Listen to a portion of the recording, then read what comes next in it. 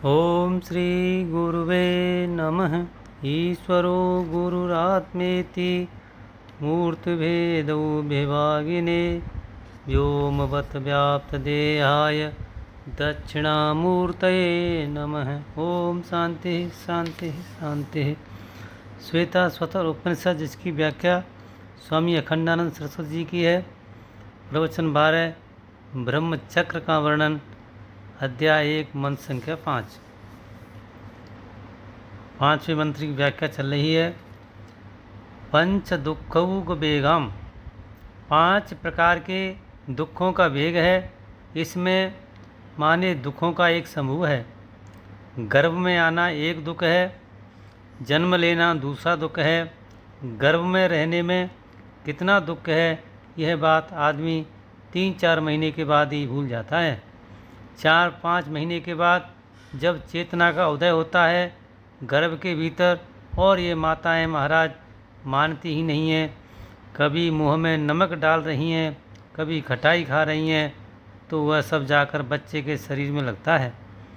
नमक, मिर्च, खटाई, यह सब तो शरीर को काटने वाला ही है ना। और जेल में बंद होकर रहना माने जैसे बोरे में किसी को बंद करके रखा गया हो और वहाँ हिलना डोलना भी पड़ता है। और जन्म लेने में कितना दुख होता है, बेहोशी हो जाता है। फिर बुढ़ापे का दुख तीसरा दुख है, रोग का दुख चौथा, और मृत्यु का दुख 5वां। यह दुखों का तो एक झुंड का झुंड है, और वही झुंड इसका वेग है। यह जो संसार की नदी बह रही है ना, यह 5 दुखों के ओग माने समूह हैं, झुंड हैं, वे नदी के वेग हैं। यह जो नदी बह रही है बड़े वेग से बह रही है। पंचांश भेदाम पंच परवाम अधीमः, अविद्या, अस्मिता, राग, द्वेष, अभिनिवेश, ये 5 पर्व हैं। 5 पर्व हैं माने 5 गांठें हैं इसमें। अविद्या माने अनित्य को नित्य समझना, अपवित्र को पवित्र समझना, अनात्मा को आत्मा समझना, दुख को सुख समझना, इसका नाम अविद्या है। और बेवकूफ़ लोग संसार में यही करते रहते हैं। अस्मिता माने स्वयं दृष्टा है, लेकिन दृश्य को मैं मान बैठा, इसका नाम अस्मिता है।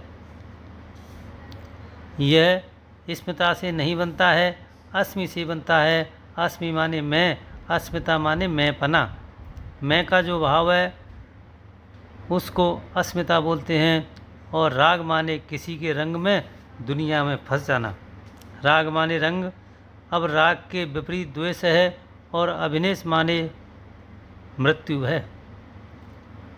पंचांश भेदा, यह 50 भेदों वाली नदी है। यह 50 भेद क्या हैं, यह कहो कि इसमें 5-5 जितनी बार कहा गया है तो उनको जोड़ दो तो 50 हो जाएगा। तो जोड़ने से तो 50 होता नहीं है भाई, केवल वह अर्थ तो बिल्कुल कट गया अपने आप ही। जब 50 होता ही नहीं है तब इन सबको मिलाकर 50 वेग वाली नदी बह रही है, यह बात तो बनी नहीं कि अच्छा सतारधारम में जो 50 है तो वही इस नदी के भी भेद हों। तो चक्र के वर्णन में वही और नदी के वर्णन में भी वही, तो यह पुनरुक्ति हो जाएगी। गीता प्रेस वाली पुस्तक में 50 भेदाम का अर्थ छूट गया है भला। देखो, मूलाधार चक्र से लेकर आज्ञा चक्र पर्यंत शरीर में कुंडलिनी शक्ति फैली हुई है। इसमें 2 दल तो आज्ञा चक्र में है, जीव और ईश्वर दोनों का भेदभाव से रहते हैं, दोनों भी भक्ति भाव से रहते हैं। भला और आगे सहस्रार में एक होते हैं, सहस्रार में एक होता है, उसको तो 50 में मत गिनो। और यह 2 दल जो हैं आज्ञा चक्र में आँख के ऊपर ये हुए 2, और 16 भेद वाली वाणी विशुद्ध चक्र में बैठी है। उसके नीचे अनाहत चक्र में 12 दल हैं, और नाभि चक्र जो होता है वह 10 दल का होता है। और इसके नीचे जो स्वादिष्टान चक्र है वह 6 दल का होता है और उसके नीचे जो मूलाधार चक्र है वह 4 दल का होता है। इस प्रकार मूलाधार चक्र से लेकर आज्ञा चक्र पर्यंत जो 60 चक्र फैले हुए हैं उनमें दलों की कुल संख्या 50 हो जाती है। इनमें एक एक में मनोवृत्तियाँ होती हैं। भला ये जितने दल हैं उनमें उतने ही अक्षर हैं। इनको कई तरह से गिना जाता है। एक तो समझो कि सारे वेद इसमें आ गए। कैसे आ गए? तो प्रणव जो है सो तो मूल वेद है और 50 वर्ण हैं।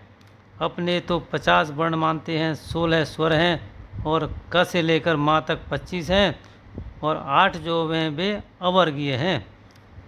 कुल योग 49 और एक अक्षर और है महाराष्ट्र में जैसे ण बोलते हैं ना, इससे मिलता जुलता एक अक्षर है ल, तो इसको भी गिनते हैं। ये 49 अक्षर और 50 वह ऐसे 50 हैं। आज्ञा चक्र में 3 अक्षरों का न्यास किया जाता है, ह ल स। इस प्रकार स्वर और वर्ण, इन स्वर वर्णों से पद बनते हैं और पदों से वाक्य बनते हैं और वाक्यों से समग्र वेद बनता है। तो मूलाधार चक्र से लेकर आज्ञा चक्र पर्यंत जो प्रणव का विस्तार है, स्वर वर्णात्मक और स्वर वर्णात्मक रूप से जो वेद का विस्तार है और जो चक्र का विस्तार है, उसमें एक एक वर्ण के साथ एक एक भावना, एक एक मनोवृत्ति जुड़ती है।